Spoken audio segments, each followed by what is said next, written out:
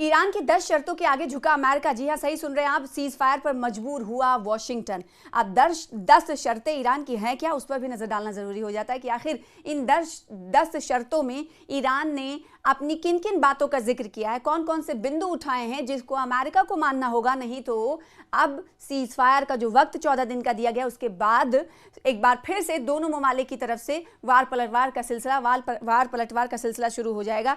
अब देखना यह होगा कि इन 10 बिंदुओं पर क्या अमेरिका इत्तेफाक रखता है, मानता है या नहीं मानता है। अगर नहीं मानता है तो उस वक्त देखा जाएगा कि ईरान की तरफ से क्या कुछ कोशिशें और क्या कुछ कार्रवाइयां होती हैं। बहरहाल बड़ी खबर यह है कि 10 बिंदु 10 शर्त ईरान ने रखे हैं। इन 10 शर्तों को मानने पर उन्होंने कहा है कि हम शर्तों के साथ ही सहमति दे रहे हैं कि सीज फायर यानी जंगबंदी की सहमति पर हम रजामंदी जाहिर करते हैं। तो ईरान और अमेरिका के बीच सीज फायर का ऐलान हो गया है। इस बीच ईरान ने ट्रंप के सामने 10 शर्तों का एक प्रस्ताव पेश किया है। दोनों देशों के बीच युद्ध विराम की घोषणा तभी की गई जब इन शर्तों को स्वीकार कर लिया गया। आखिर क्या ईरान हॉर्मुज पर अपना नियंत्रण बनाए रख पाएगा, यह भी सवाल उठ रहा है। ईरान और अमेरिका के बीच सीज फायर का ऐलान हो गया। इस ऐलान के बाद मिडिल ईस्ट में चल रहा संघर्ष समाप्त हो गया है।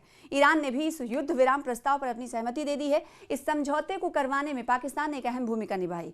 अब सबसे अहम सवाल यह है कि दोनों देशों के बीच सीज फायर का ऐलान हो गया है, लेकिन क्या ईरान स्ट्रेट ऑफ हॉर्मुज पर अपना नियंत्रण कंट्रोल बनाए रखेगा या फिर यथास्थिति में कोई बदलाव नहीं होगा।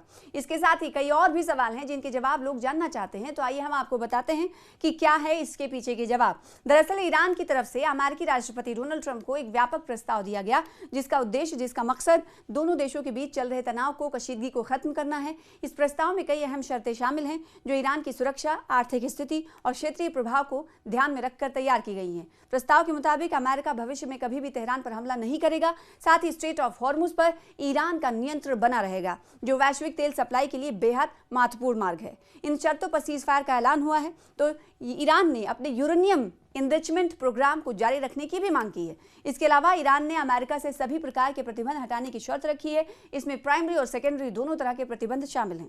संयुक्त राष्ट्र सुरक्षा परिषद और अंतर्राष्ट्रीय परमाणु एजेंसी यानी IAEA के सभी प्रस्तावों को खत्म करने की भी बात कही गई है।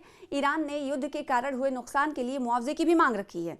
साथ ही मिडिल ईस्ट से अमेरिकी फौज हटाने और क्षेत्र में सभी मोर्चों पर जंग खत्म करने की बात कही गई है, जिसमें हिजबुल्लाह के खिलाफ कार्रवाई भी शामिल है।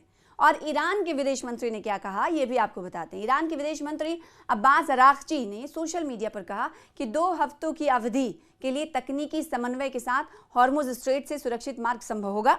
यानी 2 हफ्तों की जंगबंदी के दरमियान सुरक्षित तरीके से इस मार्ग से यानी स्ट्रेट ऑफ हॉर्मुज से शिप्स जो हैं वो निकलेंगी सुरक्षित तरीके से, महफूज तरीके से। कोई अड़ंगा ईरान की तरफ से नहीं लगाया जाएगा। हालांकि अपने बयान में उन्होंने स्ट्रेट ऑफ हॉर्मुज से गुजरने वाले जहाज़ों से टोल वसूलने के संबंध में कोई टिप्पणी नहीं की।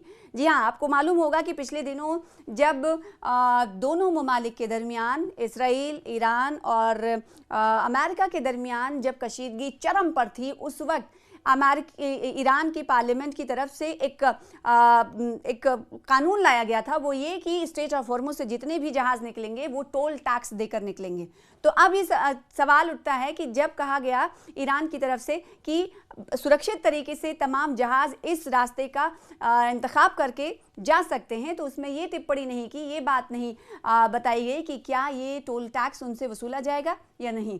ये बयान इस बात का संकेत है कि ईरान फिलहाल तनाव कम करने की ओर झुका है, फिर भी वो पूरी तरह से पीछे हटने को तैयार नहीं। हॉर्मुज पर अभी भी है ईरान का कंट्रोल। जी हाँ, हॉर्मुज स्ट्रेट इस पूरे संघर्ष का सबसे अहम केंद्र बना हुआ है, क्योंकि दुनिया का लगभग 20% तेल इसी रास्ते से गुजरता है। इस रास्ते में रुकावट आने से तेल और गैस की सप्लाई पर असर पड़ा है, जिससे वैश्विक बाजार में कीमतें तेजी से बढ़ी हैं और आर्थिक मंदी का खतरा बढ़ गया है। इस बीच अमेरिका के राष्ट्रपति डोनाल्ड ट्रंप ने ऐलान किया है कि इस ऐलान के बाद ईरान और अमेरिका एक दूसरे पर हमला नहीं करेगा।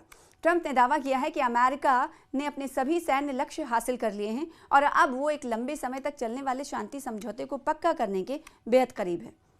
और इन तमाम की बातचीत और संघर्ष विराम के बीच एक मुल्क है जिसका नाम पूरी दुनिया ले रहा है, वो है पाकिस्तान की अहम भूमिका। इस प्रस्ताव में पाकिस्तान की भूमिका को अहम माना जा रहा है। ट्रंप के मुताबिक ये संघर्ष विराम पाकिस्तान के प्रधानमंत्री शहबाज शरीफ और सेना प्रमुख आसिम मुनीर के साथ बातचीत के बाद ही मुमकिन हो पाया है और इस घटनाक्रम के बाद अमेरिका और ईरान के बीच बातचीत इस्लामाबाद में शुरू होने की उम्मीद है, जिससे भविष्य के समझौतों का रास्ता खुलेगा। जी हाँ, अब सभी की निगाहें फ्राइडे को होने वाली समझौते वाली मीटिंग पर टिकी हुई है कि 14 दिन का जो संघर्ष विराम है, 14 दिन की जो जंगबंदी लागू की गई है, उसे आगे बढ़ाने के लिए क्या कुछ फैसले लिए जाते हैं और अमेरिका की तरफ से जो 10 शर्तें ईरान की रखी गई, क्योंकि अमेरिका ने उन 10 शर्तों को कहा जा सकता है कि मान लिया है, तभी अब अगली मीटिंग के हवाले से डेट फाइनल कर ली गई है। अब देखना होगा कि इन मुल्कों के दरमियान, इसराइल, अमेरिका और ईरान के दरमियान आगे तनाव ज़्यादा ना हो, इसको लेकर क्या कुछ फैसला लिया जाता है इस मीटिंग में,